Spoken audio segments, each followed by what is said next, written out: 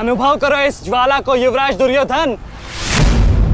ये वही ज्वाला है जो इतनी वर्षों से मेरी माता के हृदय में धधक रही है।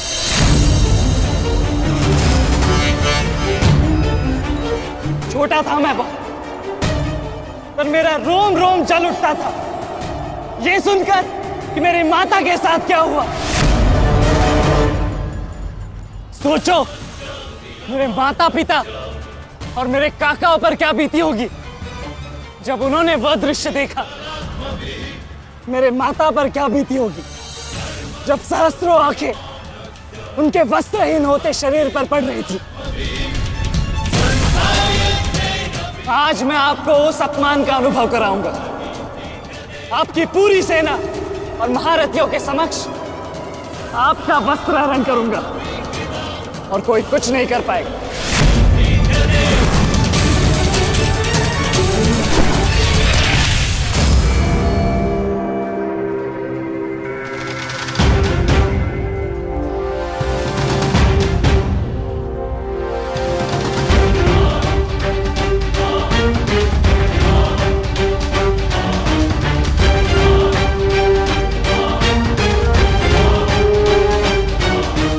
अनुभव करो उस अपमान का, अनुभव करो उस वस्त्रहरण से हुए अपमान का जो आप सभी ने किया। नदी जब सीमा तोड़ती है तो बाढ़ आती है।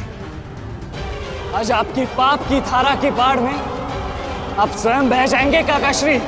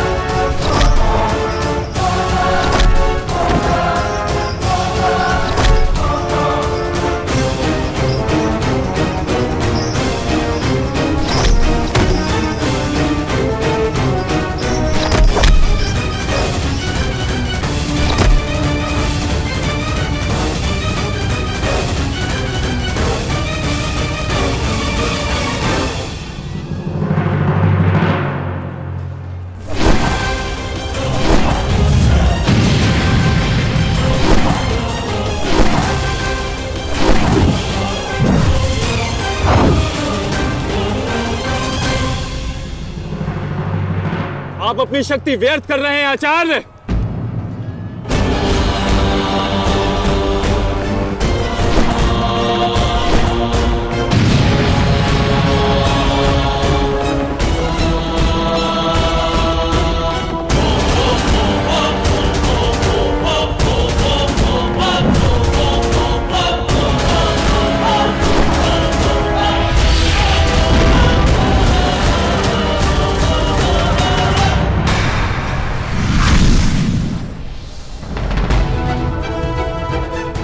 दुर्योधन को मेरी सहायता की आवश्यकता है। चलो सत्यसेन।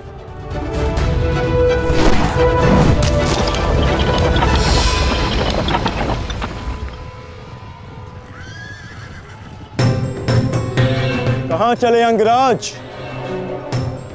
मैं जानता हूं कि तुम्हारे मित्र पे आए संकट का संदेश तुम्हें मिल चुका है, परंतु मैं तुम्हें जाने नहीं दे सकता। तुम कदाचित मुझे रोक सकते थे अर्जुन, परंतु तुमने एक भूल कर दी। तुम अपने रथ पर नहीं हो अर्जुन। हाँ, वासुदेव तुम्हारे सारथी हैं, परंतु महाबली हनुमान का आशीर्वाद तुम्हारे रथ पर नहीं।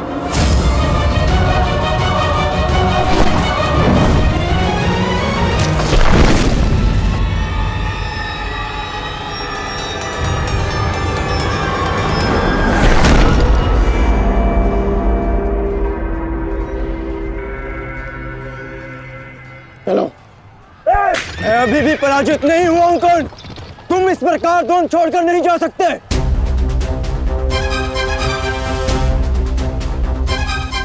तुम युद्ध के नियम भूल रहे हो अर्जुन। युद्ध का नियम है कि महारथी ही महारथी के साथ द्वंद्व कर सकता है, और तुम रथ विहीन हो, इसलिए मैं तुम्हारे साथ द्वंद्व नहीं कर सकता। पहले अपने रथ का पहिया सुधारो, फिर आकर मुझे युद्ध का आह्वान देना, क्योंकि परशुराम शिष्य कर्ण नियम तोड़कर युद्ध नहीं करेगा।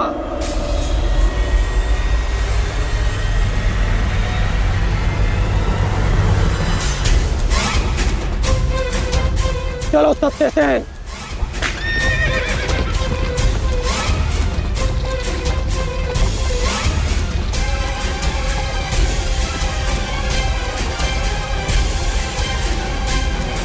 अब समझे पार्थ कि मैं कर्ण की प्रशंसा क्यों करता हूं।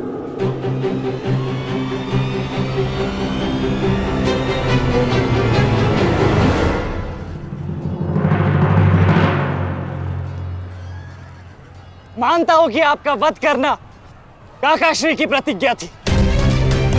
उनकी प्रतिज्ञा को भंग करने का दंड मैं सह लूंगा, परंतु आज अपनी माता के अपमान का दंड मैं आपको अवश्य दूंगा।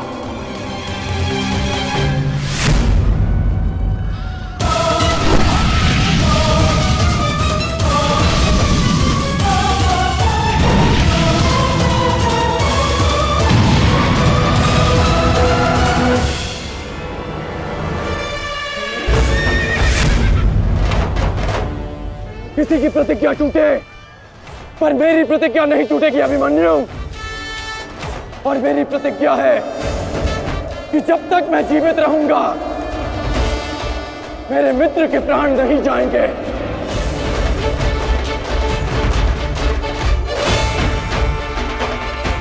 यदि जीवित रहना चाहते हो तो पीछे हट जाओ अभिमन्यु। आप भूल रहे हैं अंगराज कि मैं किसका पुत्र हूं। पीछे हटने के बारे में सोच भी नहीं सकता। तो प्रहार देने के लिए तत्पर रहो।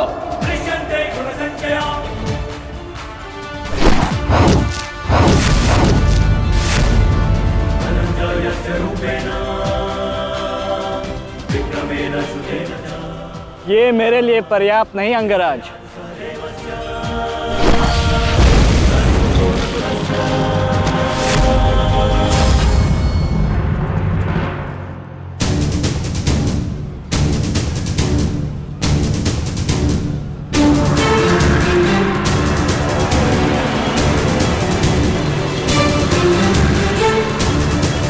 ना मेरे पास बाणों की कमी है और ना प्रहारों की। ये अंतिम अवसर है अभिमन्यु, लौट जाओ।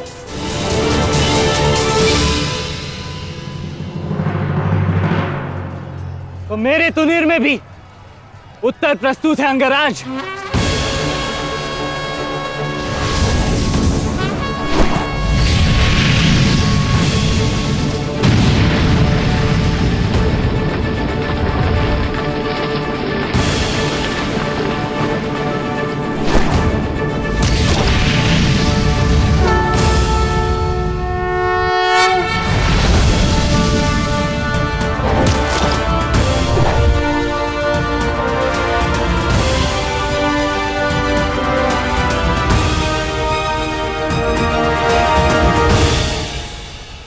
मैं तुम्हारा सामर्थ्य स्वीकारता हूं। तुम एक कुशल योद्धा हो अभिमन्यु, किंतु कुशल होने के साथ साथ बुद्धिमान होना भी आवश्यक है। लौट जाओ। यदि कल युद्ध करना चाहते हो तो आज जीवित रहना सीखना होगा। लौट जाओ अभिमन्यु।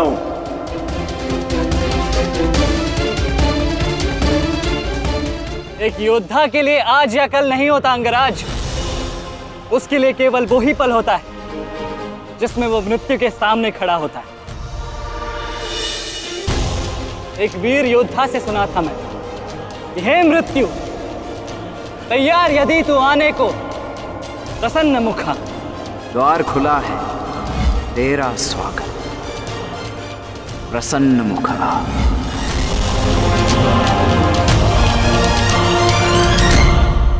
मुझे रोकने का अब केवल एक ही अस्त्र है आपके पास। यह आपको मेरा वध करना होगा। तो लीजिए अंगराज, अपने पुत्र के मृत्यु का प्रतिशोध लीजिए। आपके समक्ष आज वो योद्धा खड़ा है जिसके पिता ने आपके पुत्र का वध किया था। प्रतिकार कीजिए अंगराज, रुके क्यों है? क्योंकि जो पीड़ा मैंने सही, मैं नहीं चाहता कि वो पीड़ा मेरा शत्रु भी सहे। कृष्ण ने अपना विकल्प स्वयं चुना था। वो रणभूमि छोड़कर जा सकता था, परंतु उसने मृत्यु चुनी। गर्व है मुझे तुम जैसे युवा योद्धाओं पर, जो अपना कर्तव्य पूर्ण करने के लिए सदैव तत्पर रहते हैं। मैं जानता हूं कि तुम पीछे नहीं हटने वाले अभिमन्यु, परंतु मुझे भी अपना कर्तव्य पूर्ण करना है।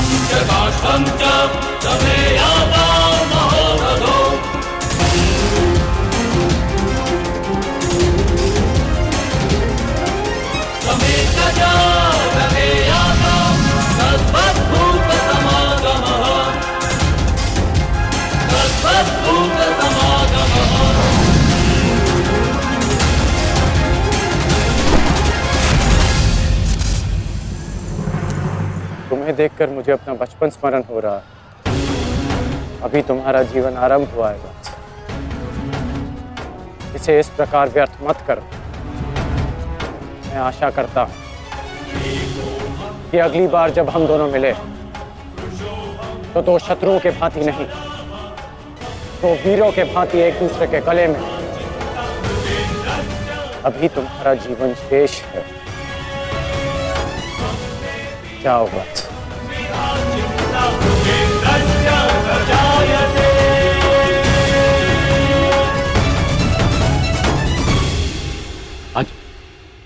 आज कौरवों की विजय हुई है गांधारी।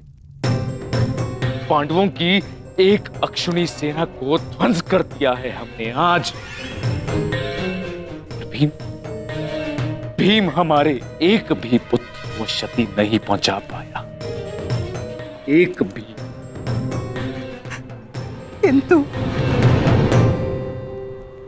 किंतु दुर्योधन का क्या महाराज?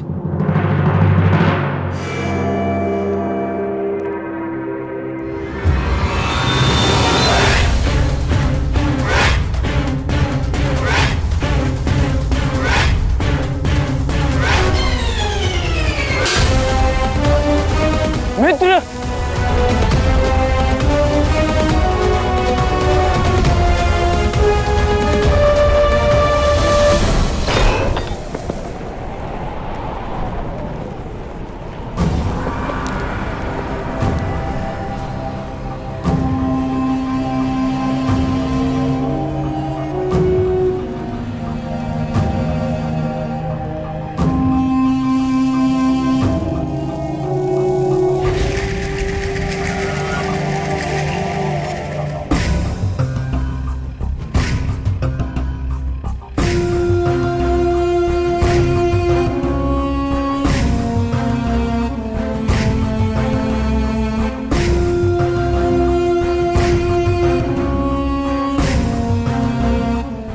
आज मैं आपको उस अपमान का अनुभव कराऊंगा। आपकी पूरी सेना और महारथियों के समक्ष आपका वस्त्र हरण करूंगा।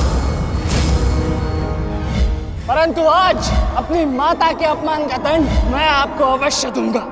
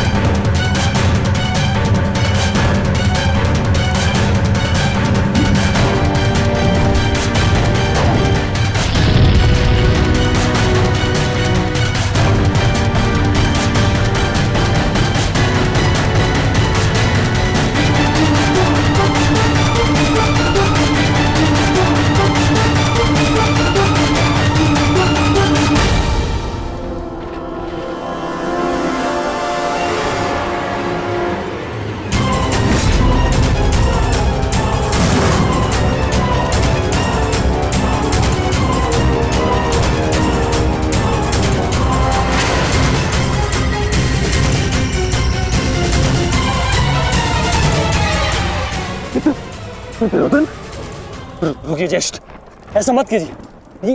ये क्या कर रहे हैं आप? दुर्योधन, दुर्योधन, ये सब कुछ क्या है? आज के इस युद्ध में हमें विजय मिली है, फिर ये सब कुछ क्यों कर रहे हो तुम? ऐसी विजय जो अपमान की थाली में सजा कर मिले, ऐसी ही विजय से श्रेयस्कर है कि मृत्यु को पालूं। नहीं। मेरे जीवन में कभी मेरा इतना अपमान नहीं हुआ है। अब इस जीवन का और कोई मूल्य नहीं। मैंने ये युद्ध संपत्ति के लिए नहीं, अपने हट, अपने सम्मान के लिए बुलाई थी। अब जब सम्मान ही नहीं रहा तो इस विजय का मैं क्या करूंगा? मेरी सेना के सामने विश्व के महानतम योद्धाओं के रहते वो 16 वर्ष का बालक मेरे वस्त्र हरण कर गया और चेतावनी देकर गया है कि युद्ध में जब भी मिलेगा पुनः यही दोहराएगा। अब ये वस्त्र हरित दुर्योधन सम्राट बन भी गया। कैसे अपनी सेना से, अपनी प्रजा से आंख मिला पाऊंगा मैं? इस लज्जा के साथ मैं अब जीवित नहीं रह सकता। नहीं दुर्योधन, देखो अपने क्रोध पर काबू पाओ। देखो विजय हमारे निकट है दुर्योधन, मानो मेरी बात। छोड़िए मुझे मामाश्री, छोड़िए मुझे, अन्यथा इस अग्नि में मैं अपने आप से पहले आपकी आहुति दे दूंगा।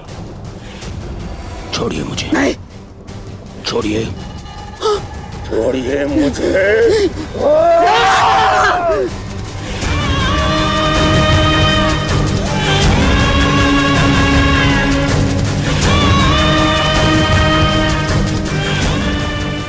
नहीं, नहीं दुर्योधन, देख क्या रहे हो मूर्खों? कोई रोको इस अनर्थ को।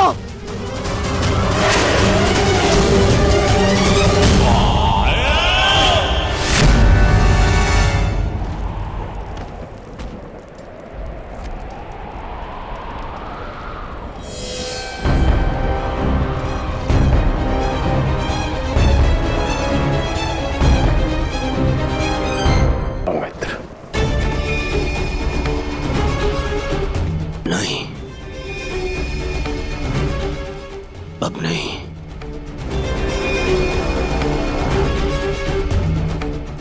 क्रोध में विवेक मत खो बैठा।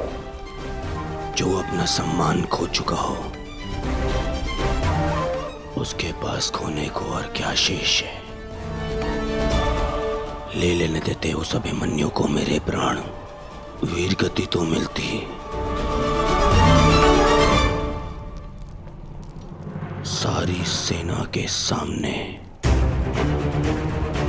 मेरा वस्त्र हरण कर गया वो बालक जिन पांडवों का सर कटा हुआ देखना चाहता था, उन्हीं का बालक मेरा सर झुका गया। संसार के सारे योद्धा देखते रह गए और वो बालक मुझे अपने बाणों के चक्र में फंसा गया। मैं ये अपमान सहन नहीं कर सकता। क्या करूंगा जीवित रह गए जब संसार के सामने शीश उठाकर चल भी नहीं सकता मैं। इसीलिए अब मैं अग्नि स्नान करूंगा।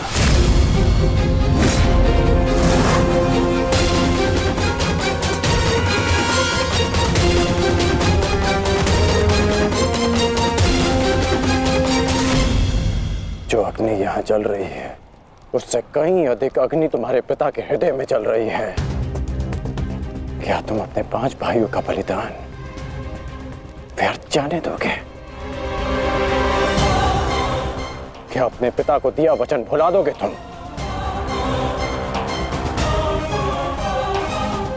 अपने चारों ओर देखो मित्र, क्या ये सब व्यर्थी अपने प्राणों के साथ खेल रहे हैं?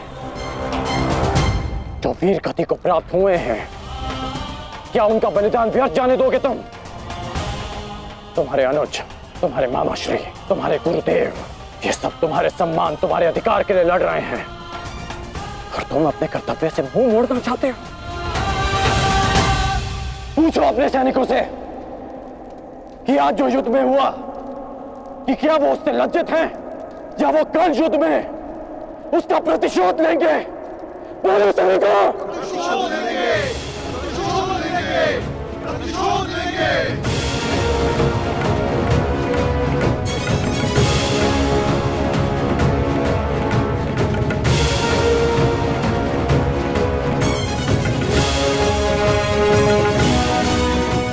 इन सैनिकों का सम्मान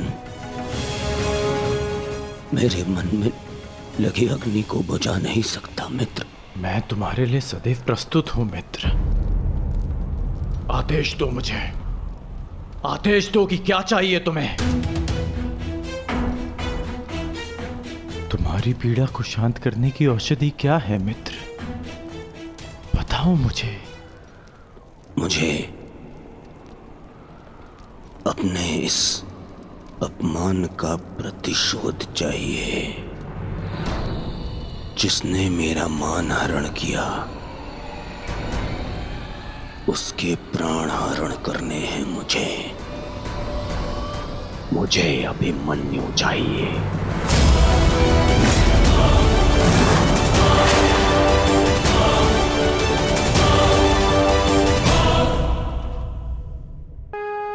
युद्ध का 13वां दिन।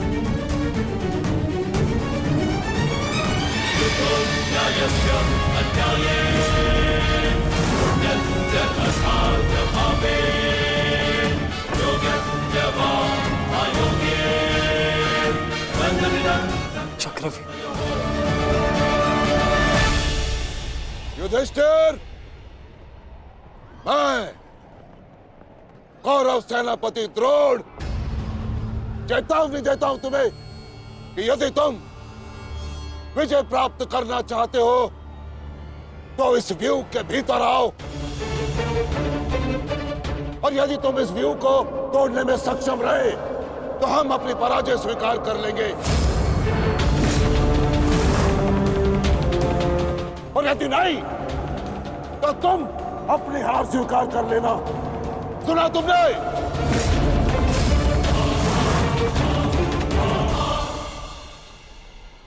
आचार्य द्रोण, हम अवश्य ही इस चक्रव्यूह को ध्वंस कर देंगे।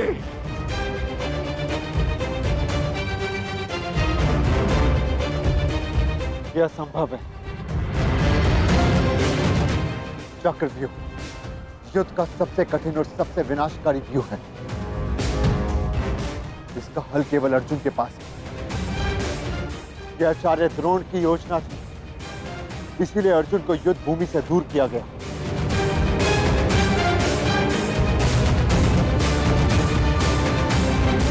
कोई तो मार्ग होगा। मार्ग है।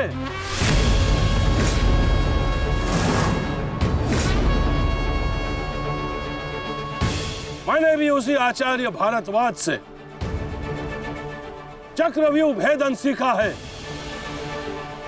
जिस आचार्य भारद्वाज से उस द्रोण ने चक्रव्यूह की रचना सीखी।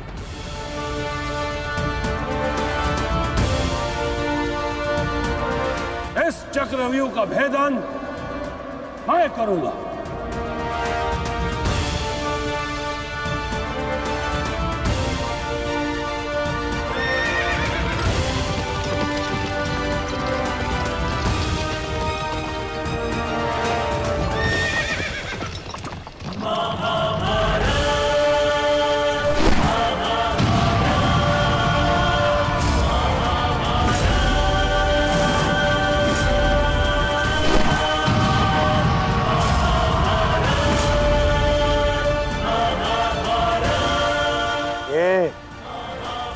क्या है आचार्य?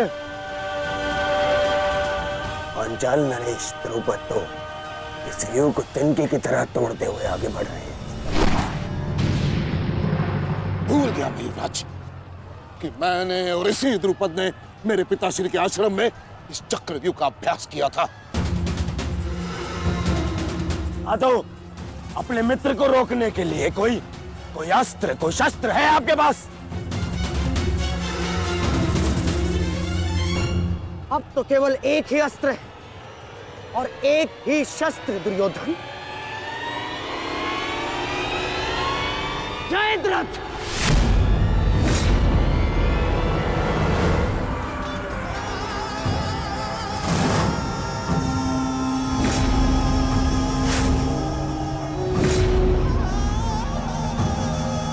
जयद्रथ,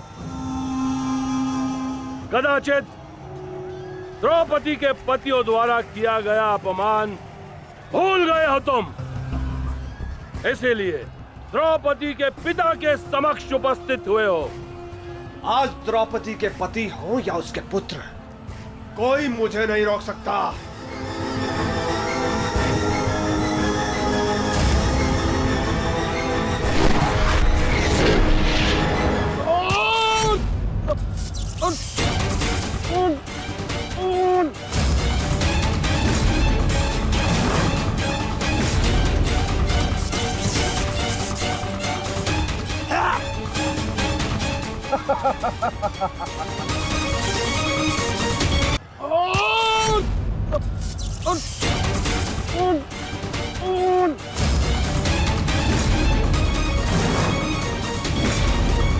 आगे बढ़ो पांडवों, अन्यथा अपनी सेना का विनाश देखो।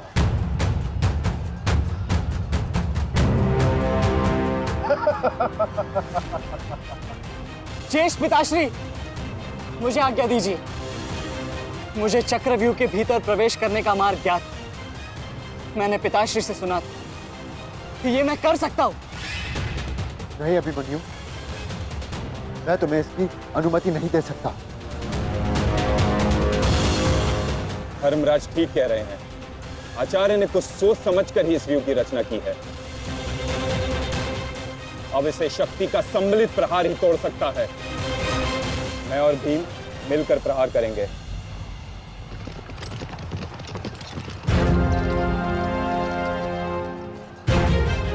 देखिए ने मामाश्री,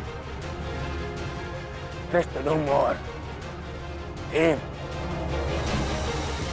स्वयं आक्रमण कर रहे हैं।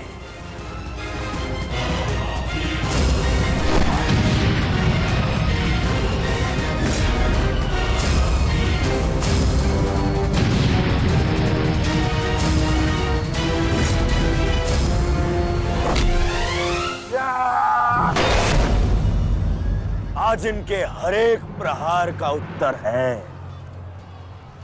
जयद्रथ।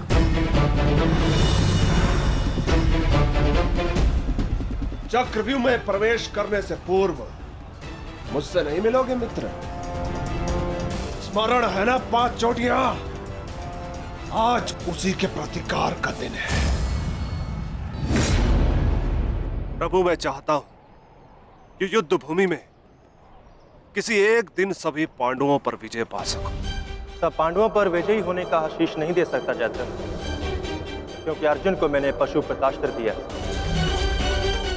मेरा ही वरदान मेरी ही शक्ति को छीन नहीं कर सकता। इसलिए केवल अर्जुन को छोड़ जिस दिन तुम चाहोगे शेष संसार के समस्त योद्धाओं के समक्ष तुम अपराजय रहो।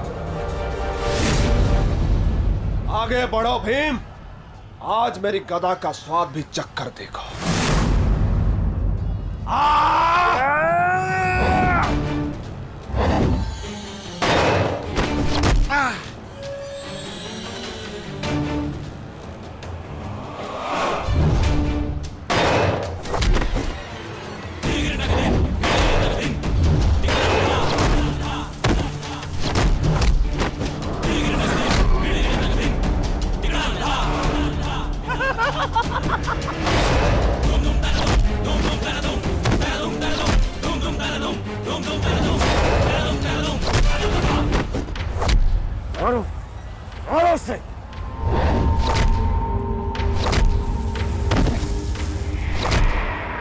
ताजश्री, आप ऐसा कैसे होने दे सकते हैं?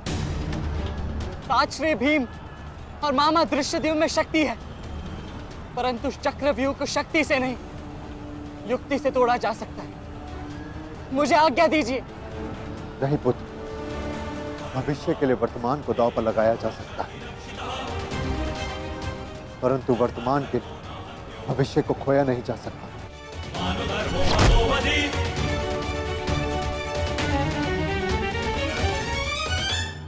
श्री भीम और मामा दृश्यद्युम्न में शक्ति है, परंतु चक्रव्यूह को शक्ति से नहीं युक्ति से तोड़ा जा सकता है। मुझे आज्ञा दीजिए। नहीं पुत्र, भविष्य के लिए वर्तमान को दांव पर लगाया जा सकता है, परंतु वर्तमान के लिए भविष्य को खोया नहीं जा सकता। एक दांव लगाने के दोष के कारण मैं आज इस महायुद्ध में खड़ा हूं। मैं दूसरा दांव नहीं लगा सकता अभिमन्यु। परंतु आज यदि चक्रव्यूह को तोड़ा ना गया तो हम ना केवल हार जाएंगे, बल्कि मेरे पिताश्री का सर भी झुक जाएगा। आपने वो दांव लगाकर सर झुकाया था और मैं ये दांव खेलूंगा अपने पिताश्री का सर ऊंचा रखने के लिए। मैंने उन्हें वचन दिया था कि युद्ध भूमि में शत्रु को उनकी कमी अनुभव नहीं होगी, और मुझे शत्रुओं को वीर अर्जुन के रक्त का तेज दिखाना है। इसीलिए आज्ञा दीजिए ताजश्री, और फिर मैं अकेला कहाँ हूं? चक्रव्यूह में मेरे प्रवेश करते ही आप भी मेरे पीछे पीछे अंदर आ जाइए। मैं मार्ग बनाऊंगा और आप चक्रव्यूह को ध्वंस कीजिएगा। सोचिए मत, समय नहीं है ताजश्री। आशीर्वाद दीजिए।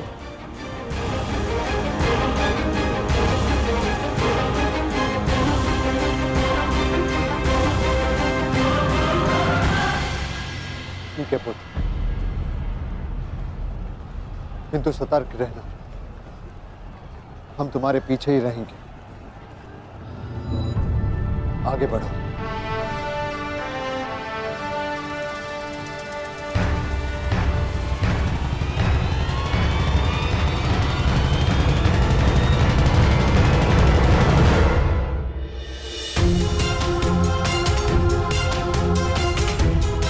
जाओ सर, जाकर सो जाओ, क्योंकि जीवन की हर रात्रि सदैव सोने के लिए नहीं होती।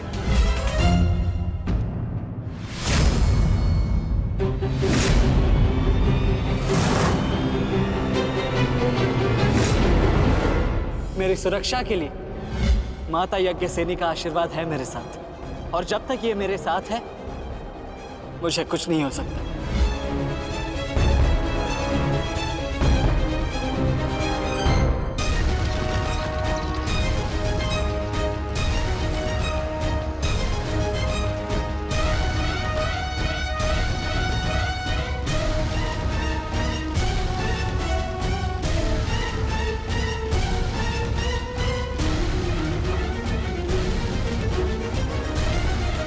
क्या हुआ माधव? आप रुक क्यों गए? चूंकि समय नहीं रुकता पार्थ, परंतु मानव को 2 पल रुकने का अधिकार है।